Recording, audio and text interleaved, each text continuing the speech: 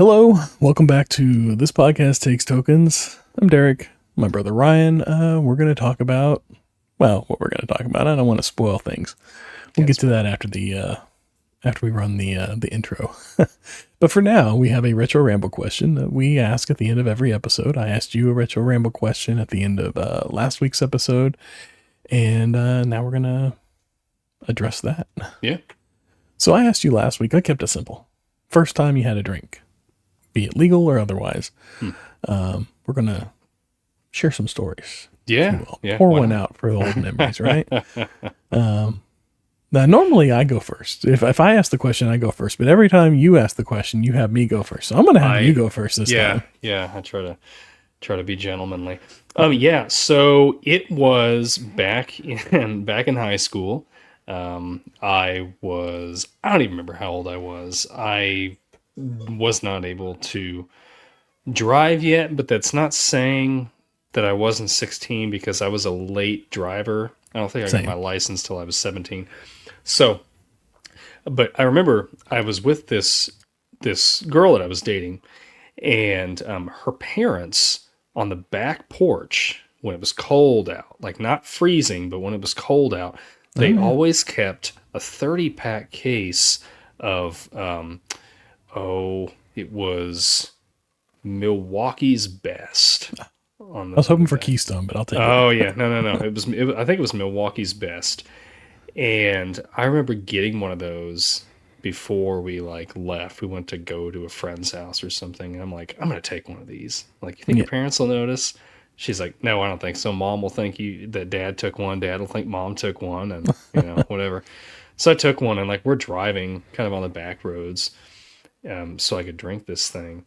And I remember that was my first beer, and it was awful. Not a good first beer. No, I remember drinking that, and I was just like, you got to pull over. I got to dump this thing. Right. It was so bad. I'm like, I don't know how your parents drink this stuff, but I don't know. And because of that, I didn't have a beer for probably another year. It may have been a little bit longer than that, but it was really, and my mom's probably watching now, so sorry, Mom, but it was probably I think my senior year in high school where I did a lot of kind of partying because I had two friends that were brothers. And they had their own apartment, and they were one was a year older than me, and the other one was a couple years older. He could buy alcohol. I'm not going to say who it was. But yeah, anyway. But yeah, it was that first time in the car with with a Milwaukee's Best. Wow. And if that's the best, I'd hate to see their worst. Right. I think beer does that. I don't think anybody has their first beer and is ever oh, that's great, I'm going to have another one. I feel like your first beer is always that is awful, I will never have that again. Mm-hmm. And then time passes and you go, maybe it wasn't that bad. Everybody else is drinking them. There's got to be something to it, right? And then I guess your palate refines enough or deadens enough, I suppose. I think it deadens enough because really beer, that's kind of coffee's kind of the same way too, right? Yeah, that's true. That's true. Yeah. Except, Grandpa's not sipping you sips of beer on the side, but he'll sip you some slips of coffee on the side. Maybe. So mine was, I guess, not similar. It was high school.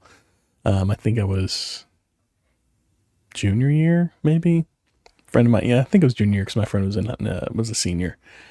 And, this is the first time I had a drink.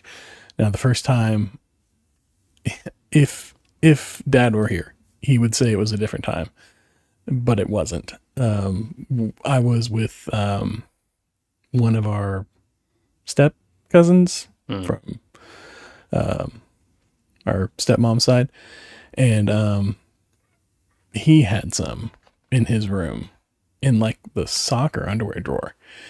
And we were Great hanging beers. Out, and was I was staying the night over there, and he's like, I snuck these off. Let's have some beers. And I was like, okay. And then he hands me one out of the sock drawer or underwear drawer or something. And I remember thinking, ooh, that's kind of gross. And then it wasn't cold.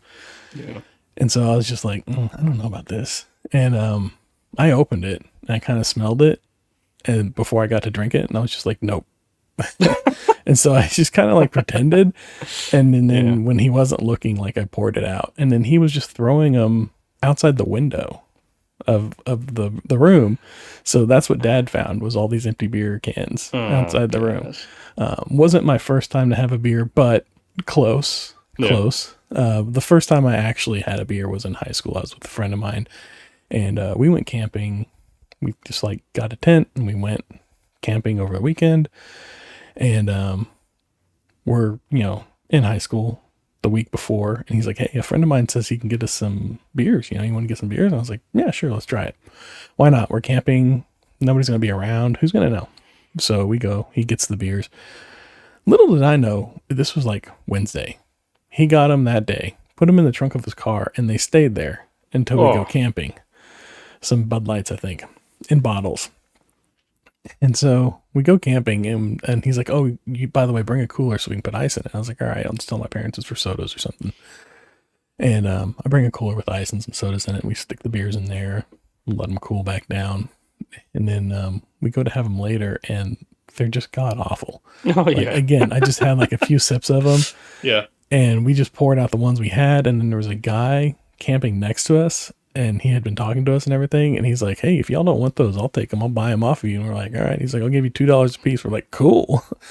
So we sold them back to him. And, he came over with like a hoodie and like set on the ground and like put them all up in the hoodie, and then kind of like wrapped them up and took them up like a knapsack or something on his back. It was the weirdest thing. That's strange. We didn't see him again. And we went and like got a pizza and came back and ate the pizza. And, he had a salad. I'll just say that he brought himself, and I wanted no part of the salad. I was not into salad at the time. Yeah. Didn't even get into drinking at the time. It just didn't appeal to me. Not to say that I never did, but at that time I was not. And anyway, so at one point, I guess I think it was whenever we went to go get breakfast the next morning, we went and got donuts. I guess my parents came by to check on us. And I think my mom or my stepdad left a note, has said something. It just alluded to the fact that they knew what was going on. Like they had found like the empty bottles, and like they'd found his salad and everything. And I was like, oh God. But then they never spoke to me about it again. So I didn't get punished for it. Make you wonder, do they just know? Made me do sweat they not a bit. know? Yeah. And worse. we never talked about it again. But Yeah. I don't know. That was it. Like I said, it wasn't great. Like, I don't think anybody's first experience having a drink is great. Like, No. it just isn't. No. Actually, now that we talk about it, inadvertently, the first time I actually had a drink, I was probably like 8 or 9. And we were at a pool, and I had a solo cup with soda. And I went to go take a drink out of it, and I grabbed the wrong solo cup. And this one had Jack and Coke. I mean, it had Jack and like a splash of Coke. Yeah. So I had a little sip of that, and that was probably the first time I actually had a drink, now that I think about it. That was god awful too. Well, I remember. Well, I don't remember. Well, I take it back. So, okay. So vaguely, I have this very, very vague memory of I want to say it was when we were at like the balloon derby or something. I was really little. I remember taking a drink of something, and I think it was I think it was a beer, and I remember it kind of being like, it was almost like chunky a little bit. And I've told this story. It's like Guinness? Well, I've told this story, and I've told it to Aunt Kathy, and I've told it to my mom. And my mom remembers at one point somebody handing me a drink of beer when I was like 2 years old, because they thought it'd be funny if I took a sip of beer. And I wonder if that's the same thing. But when I've told that to Aunt Kathy, she's like, I wonder if it was like so cold it was almost frozen and you were just drinking kind of ice chunks or something. So it makes sense. I don't know. But I do know that when I was really, really, really little, I took a sip of beer, and I vaguely remember the chunkiness of something. Now, I don't know if that's the same memory or not. But it's got to be ice. I can't imagine what else would chunk up in a beer. That sounds awful. Like penicillin, I guess. I don't know. That sounds awful. Yeah, I don't know. I don't know. It had to have been ice or something. I don't know. But Okay. that's technically my first drink, but I don't really remember. That one doesn't count. That's not the first time you tried. Yeah. But yeah, okay. That was first drinks. That was fun. Feel like we kind of got some stuff off the chest, if you will. Yeah. I've been wanting to get that off my chest for years. Thanks. Yeah, so feel free to share yours below. Let Please. us know the first time you had a drink. We'll all have a good laugh. If you haven't, that's fine too. Other than that, I think we're going to hit the intro and then we're going to get into the main show. We'll see y'all in a minute.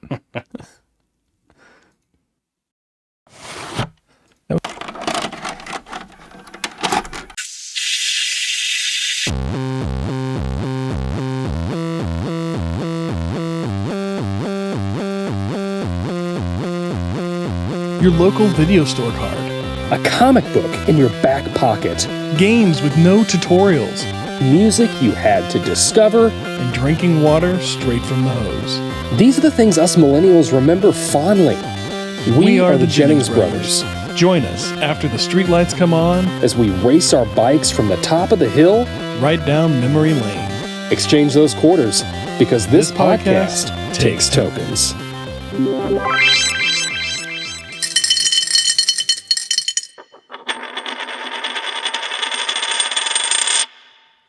Hello and welcome back to This Podcast Takes Tokens. Are you ready to rock? I'm your host Derek. With me tonight, the only man I've ever known to have always rooted for Spike the Bulldog in the Tom and Jerry cartoons, my brother Ryan. And tonight, we're not here to talk about blood, sweat, tears, and all that it takes to be an actual real-life musician. No, sir. We're here to talk about actors that get to pretend they worked hard. And we're going to be talking about who is the greatest fake band of all time. That's right, we're counting down our top 5 favorite fake bands from movies, TVs, and wherever you get your pop culture. Here's how the battle of the bands, if you will, is going to go down.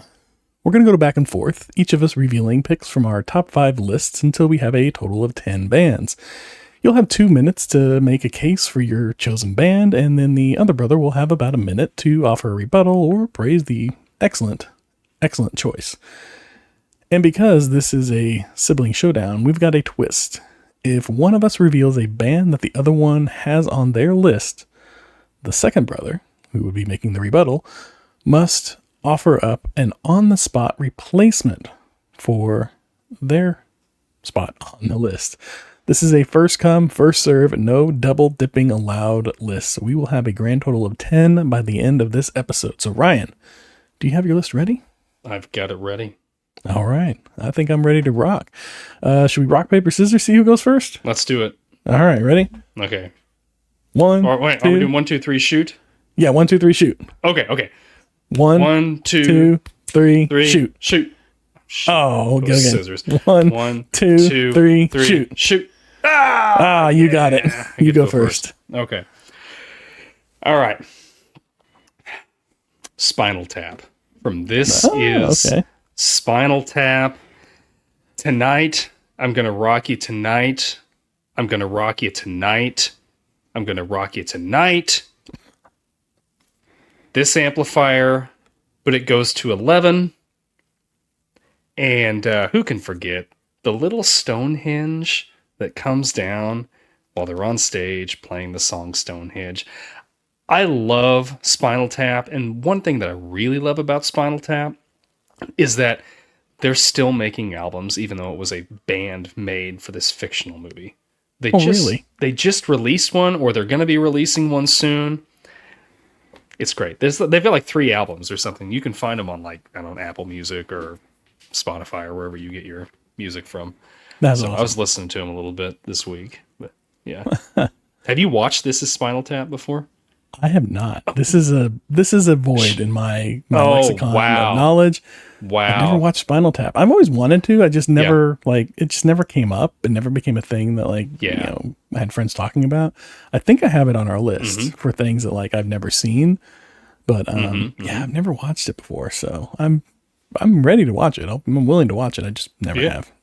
It's like that, like Blazing Saddles. I've never seen it, but I've always wanted to. Oh yeah, I remember you telling me that. Yeah, I can't believe that one either. So, but yeah, I don't know. It's just it's a mockumentary. You know, Rob Reiner directed it, and it's just really funny. It's just all the little funny things that, you know, they're making fun of rock music and that whole, you know,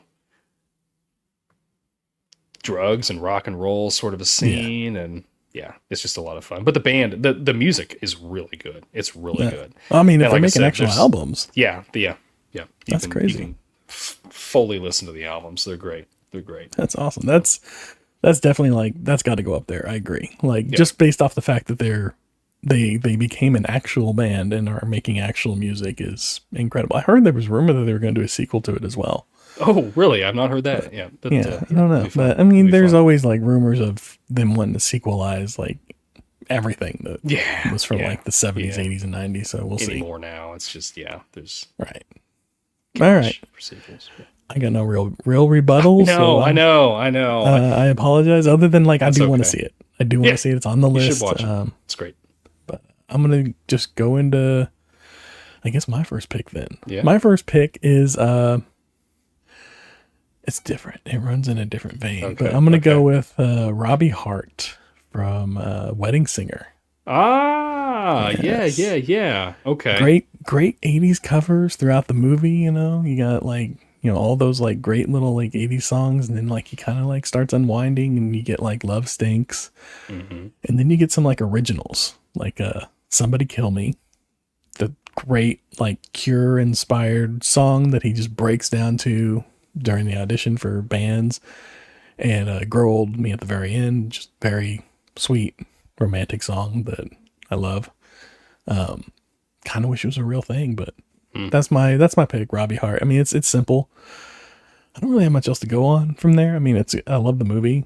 I can't wait to do the movie on here, and so for me, it's Robbie Hart, and it's just like that era of Adam Sandler too. Sure, and like everything that comes with it.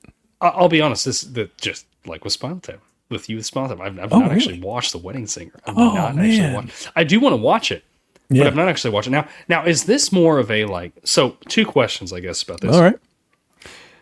On The Wedding Singer itself, is this more of like a dramatic role that Adam Sandler's doing, or is it like comedic with like a dramedy sort of? I would say it's like, it's not the tone of the movie, but his acting, the direction that he comes at it for acting is kind of along the lines of like 50 First Dates or Clicked or something like that. It's a little, it's a rom-com, so it's got some serious moments, but for the most part they play it for the laughs, but it's not like over the top ridiculousness. Like it's not a bunch of like people getting hit in the crotch or like, poop jokes and farting slapstick and stuff like that. Stuff. Yeah, it's not very slapstick. It's a little more like, I don't want to say serious comedy, but like mainstream comedy. No, that's not right either. But you know what I mean?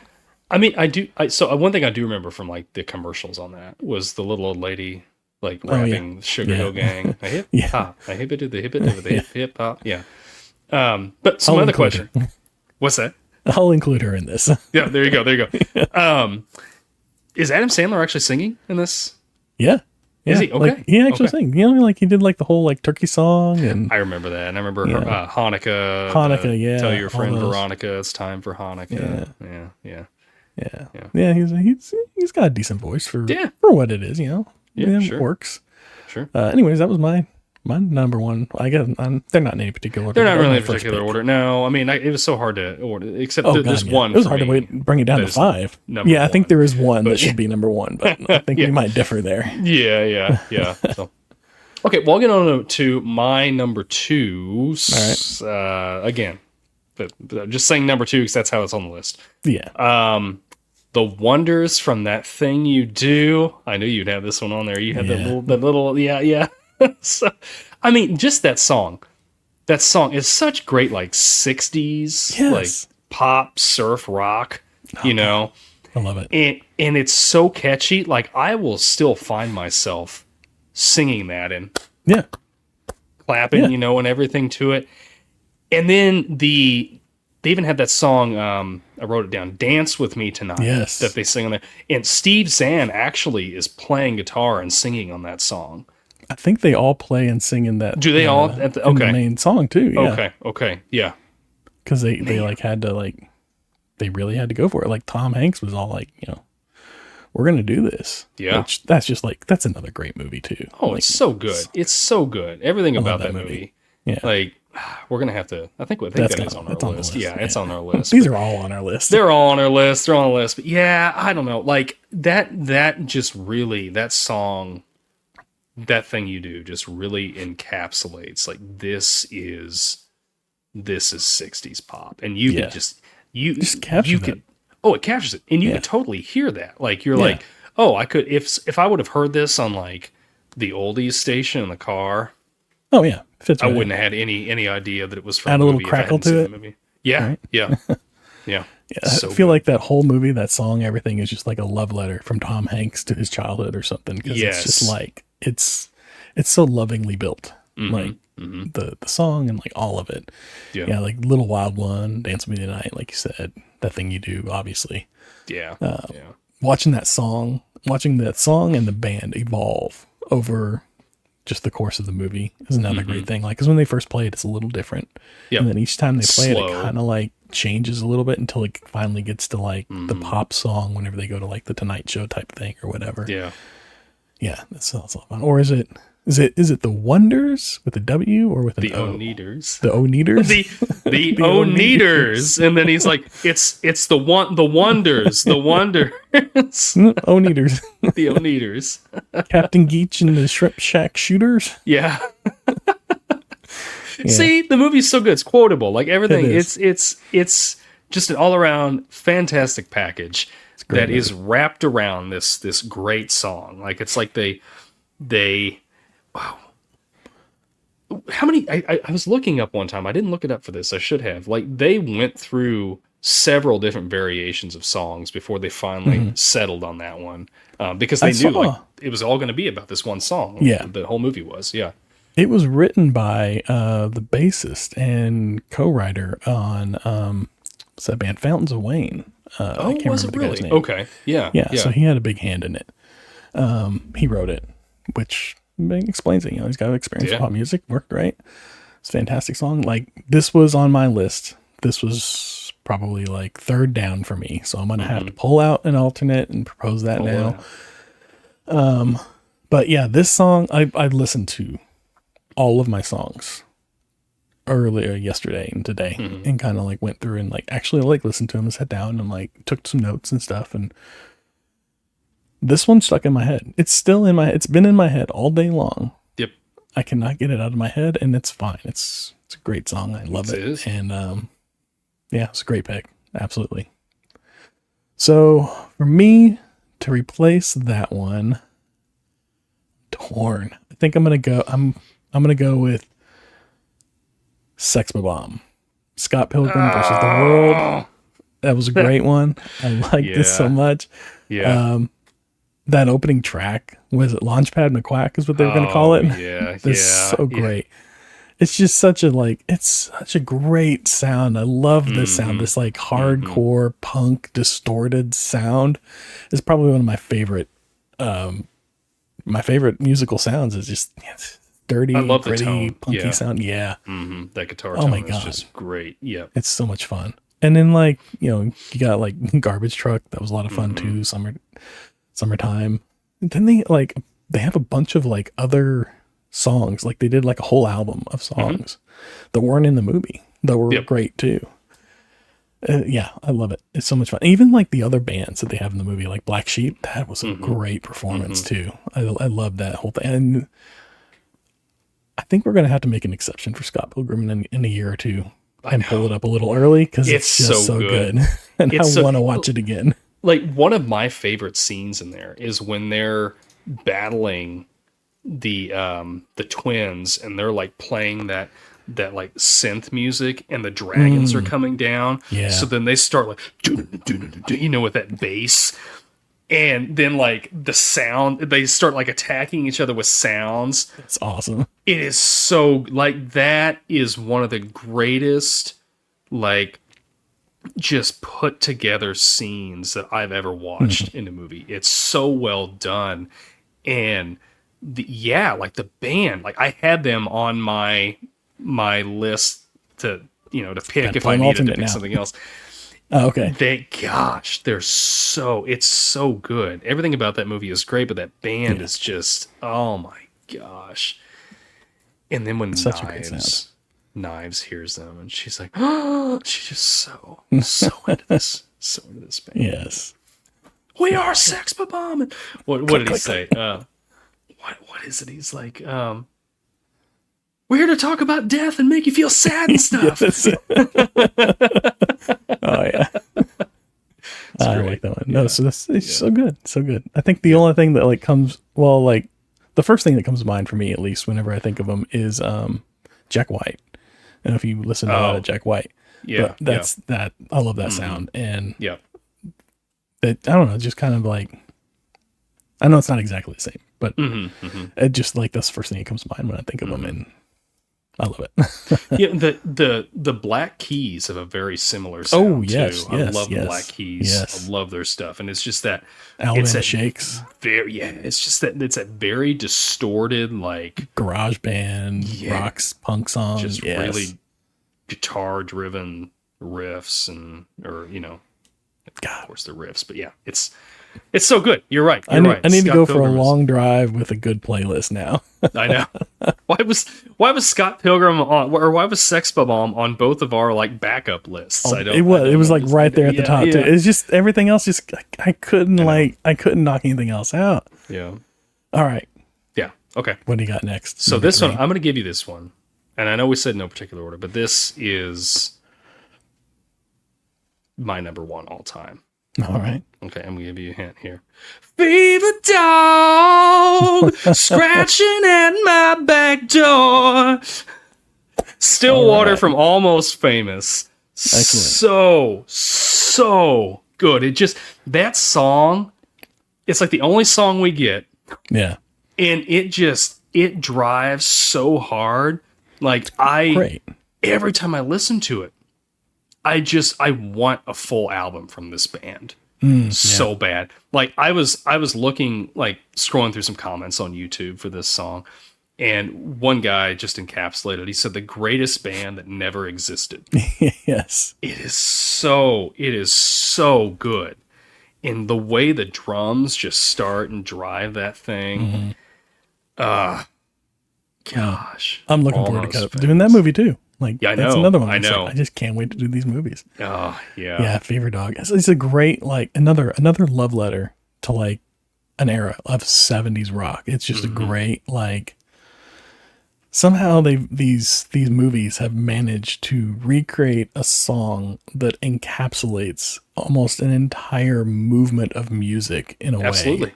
And it just speaks on that level. I think that's what it is that we hear it and we're like, yeah, like this one song can represent all of them, and it's great for that. I love it for that, for sure. Yeah, I'm with you. That was on my alternate list, so we're good there.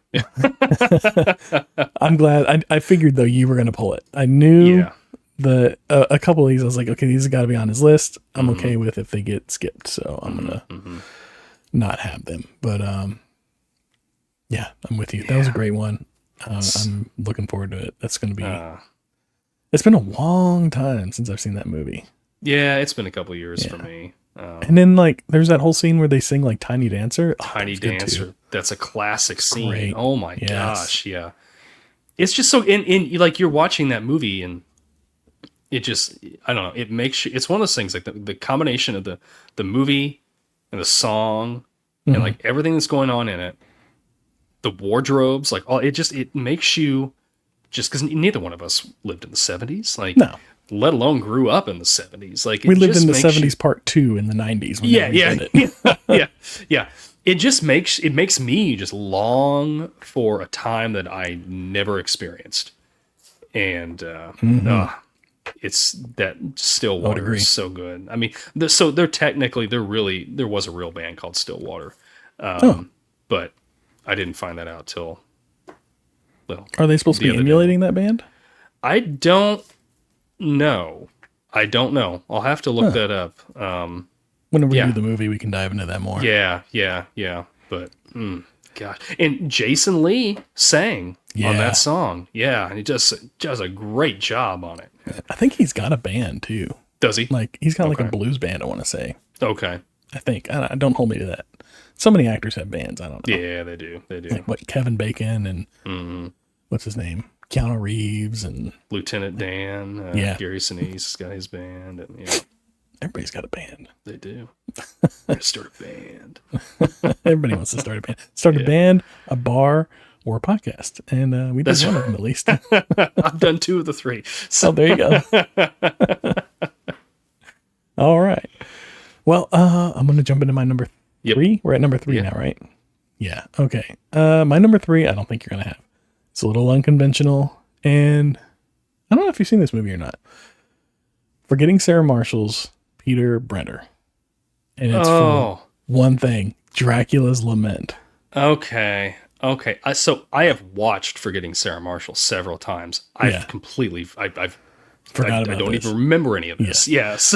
and you know, I don't like Muppets or puppets. I'm not a fan of like the Muppets or anything in any kind of way. Like I'm not like against them, but like if there's a puppet involved, typically I'm like, I'm gonna stay out of this one. Like there was the whole like Team America World Police that everybody loved that I didn't want anything to do with because it's puppets, and any of the Muppet movies I'm not really into. I love Muppets, but yeah. But this, I love this. I want to see this as a play. And then like the whole like Dracula's Lament and going into, he just goes so hard with it. It's so funny. It's so good. He does like the whole Dracula voice while he's singing it, and that laugh that he gives in the middle of it. I want to go see this play. I think it would be a great play. And at the end, he's got like, they're doing the play and you get like this little like clutch cameo of Bill Hader as Van Helsing. And it's a great little another layer to it that I enjoyed. And then there's like, he does like another song early on at the piano, and he's just kind of like noodling around and he's singing this song called like Peter, You Suck. And he's like just talking about himself in like the third person and how much he hates himself and he sucks and all this. And just something about watching a musician just spiral after a breakup and just right through that pain is so enjoyable to me. I just love it. It's just so funny. And I love it. It's another one of those movies that I just can't wait till we can cover it because it's 2008, so it'll be a couple of years. But I remember really enjoying this movie. Like I said, I own it somewhere. Yeah. It's again one of the somewhere movies that's lost in the house. But now that you were talking about that, I am starting to remember bits of that. Yeah, gosh, that movie was, it was good. It was good. It was good. I can't remember him singing, but you gotta look it up on YouTube. It's fun. I'll need to. Yeah. Forgetting Sarah Marshall. Let's go. Number 4. Is it 4 already? Yeah, I think we're at 4 already. This one, we've covered this movie. Powerline. From a Goofy movie. Yeah. Eye to Eye. I mean, Standout's good, but Eye to Eye is really, really where it's at. I mean, it's like a Disney version of Michael Jackson is what Powerline is, and this is great 90s blend of like R&B, Bobby Brown, Michael Jackson, Prince.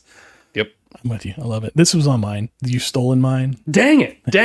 Darn it. I'm not trying to steal from you. Dang it. No, it's fine. It's fine. I'm going to have to. Great one. Unless we have the same one, I'm going to have to just give you my other honorables that were, because anyway. That's right. Maybe we'll do honors at the end. Yeah. Powerline's good though. Man, Powerline's good. I mean, I don't think a Goofy movie would not be a Goofy movie without a Powerline. No. I think if they would have had like if it was even like half as good, the movie would have been so much worse. Like it wouldn't have worked. it works because of this. Like Powerline stand out eye to eye. They're just great pop songs all throughout, and that's what makes the movie fun. Is these songs that just like catch on you and like they're in your head and you remember them and they're easy. YouTube did this thing with Disney recently for like the 30th anniversary. They did a 360 concert for Powerline that you can go in and experience. Yeah, so like you pull it up and it does that like eye to eye song. Yeah. And like you're on the stage and you can like drag the screen around and you can look all around you, like up and down and everything. And like the whole time it's like the movie's playing out. Like it starts with like the stage is warming up and Max and Goofy are in the back and like they come out of the little like guitar case and the suitcase and everything that they're in. And then they kind of sneak off and then like you see the guard kind of sneak by and then like they climb up into the rafters, and if you look up, you can see him in the rafters getting chased by the guard. And then like they worked in Bigfoot as well. Oh, so did they Bigfoot's up there, yeah. So sometimes like one of them's running. It's like very like Scooby-Doo like. They're just kind of like crossing paths and like running away from like the guard and the Bigfoot. And then you'll look out in the audience at some point, and they're like way back into the audience, like working through the audience, kind of trying to like get away from them, avoid being caught and everything. Yeah.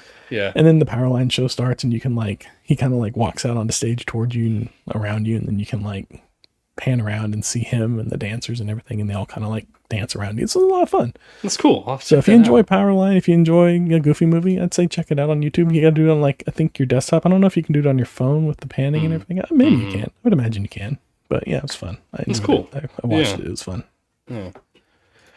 But yeah, I had Powerline as well. That's another great one. I had to have it. I had to have it. Like you can't. This is not a list without Powerline. No, it's not. No. All right, so I'm gonna go ahead and pull up another alternate. Which one am I gonna? It's got to be that one. It can't be any other ones. Nope.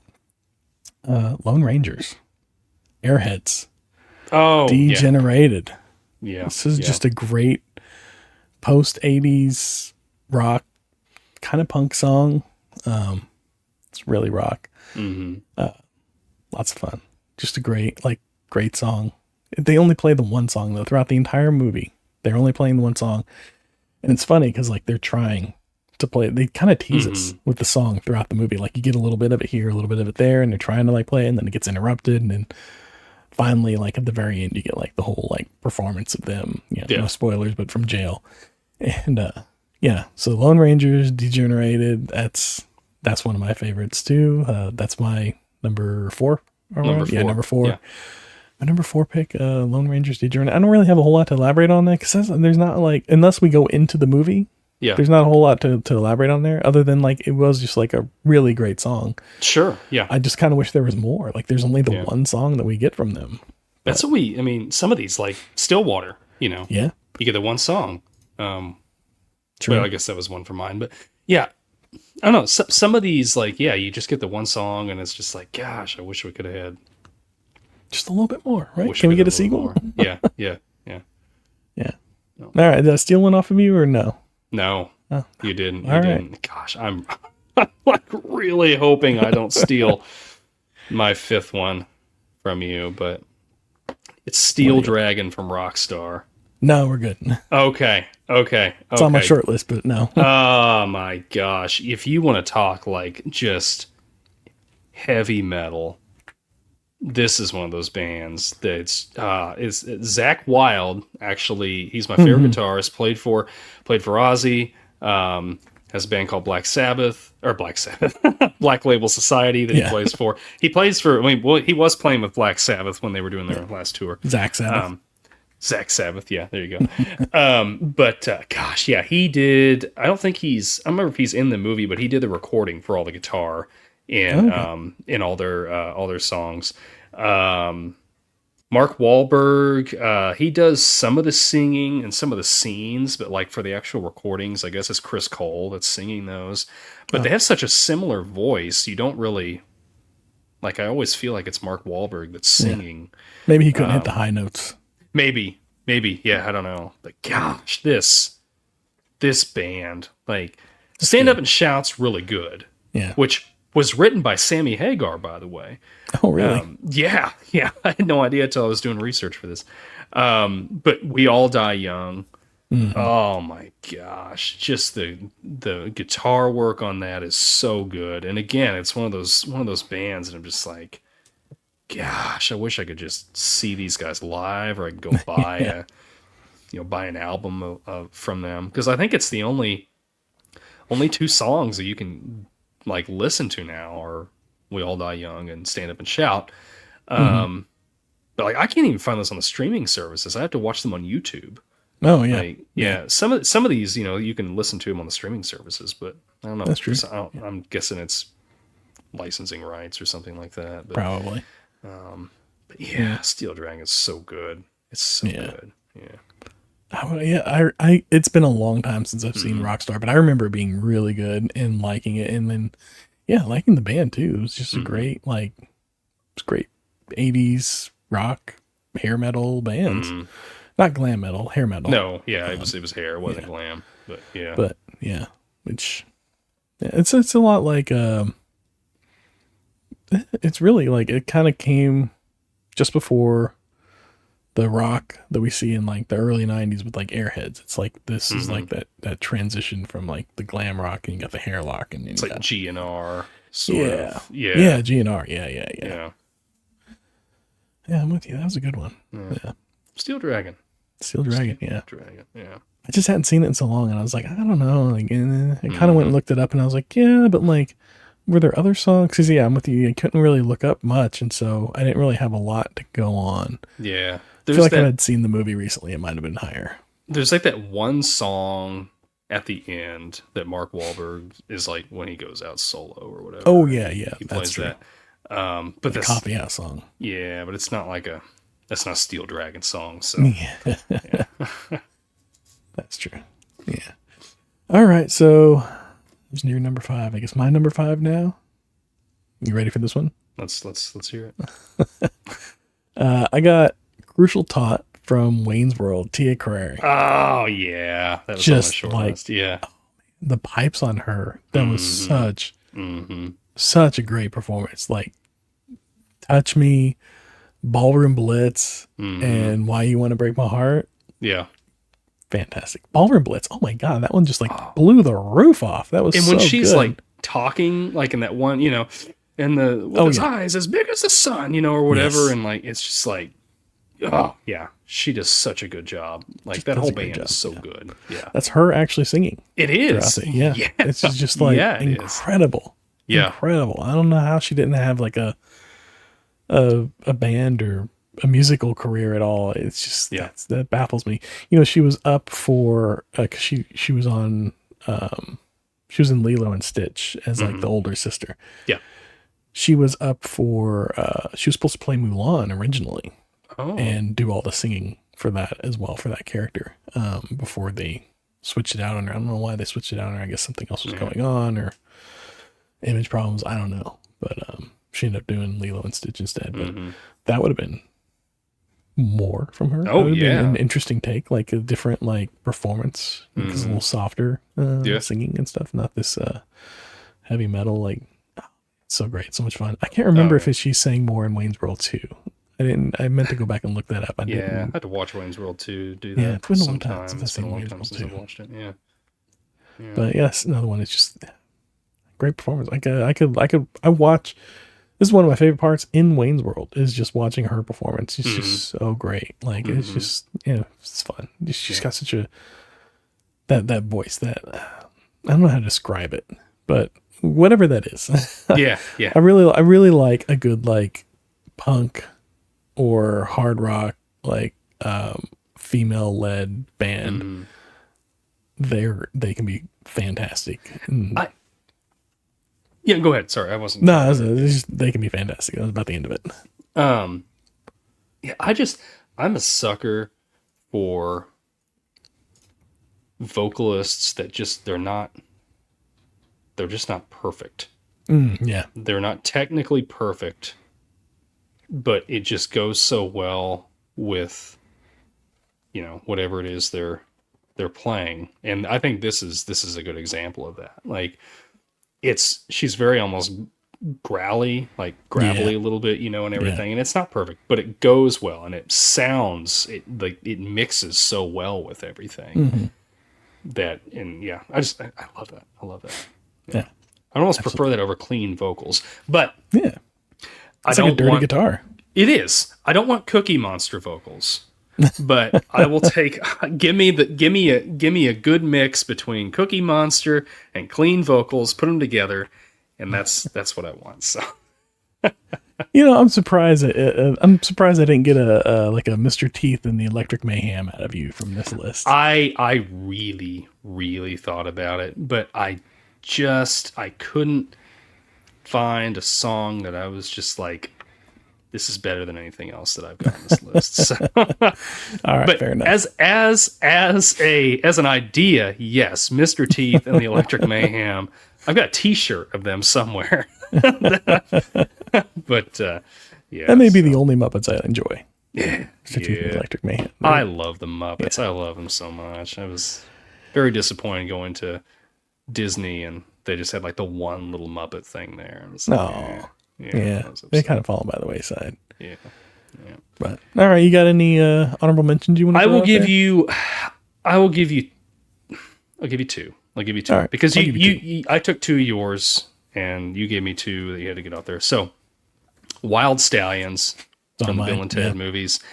You never really get to hear much of their stuff. No. But even though they've written the greatest song ever that brings world peace. Just the fact that an entire society is built around their music.